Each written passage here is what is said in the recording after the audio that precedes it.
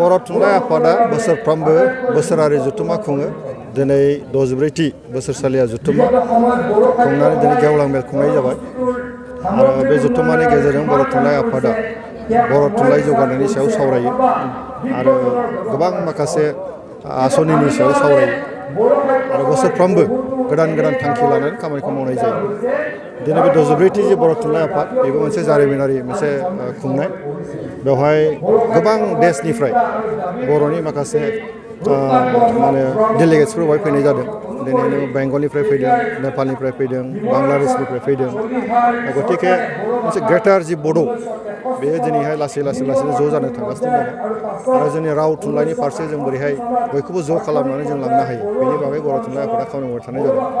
जोङो राजखान्थि फोथाराव खामानि मावनाय हिसाबै जोङो पाब्लिक रिप्रेजेन्टेटिभ हिसाबै बे बर' थुनलाइ आफादनि जि खामानि सरकारि भाबै जों बोरै मदद होनो हायो बेनि बागै जों जथेस्थ' सानबाय थायो। जों खालामबाय थागोन। दिनै जोंहा बिटिसि सरकार दं, प्रमद बर' बिथांनि दैदेननायाव बिटिसिनिफ्रायनो बर' थुनलाइ आफादखौ बोरै मदद होनो हायो बिनि माखासे स्किम लागासिनो दङ।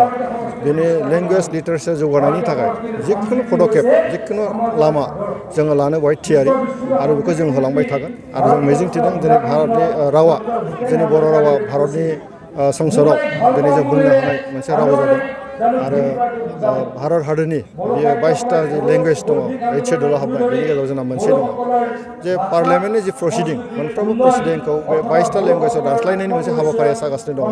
बेहायबो जोंनि रावा बेवहाय जायगा मोनगोन। बे मोनसे गोग्गाथाव बाथ्रा। गतिके जोंहा गोबां खामानि मावनांगौ दङ। बेनिखायनो जों दिनैहाय गोबां थासारिनि गेजेरावबो जोंनि राव हारिमु थुनलाइ बेखौ जोङो गोग्गोम खालामनो थाखाय जों बयबो गाव गावबागाव खामानिखौ मावनो खोब दरखार दङ आरो आं मिजिंथिदों फैबाय थानाय समाव जों बे हाबाफारि फारसे बयबो खामानि मावगोन।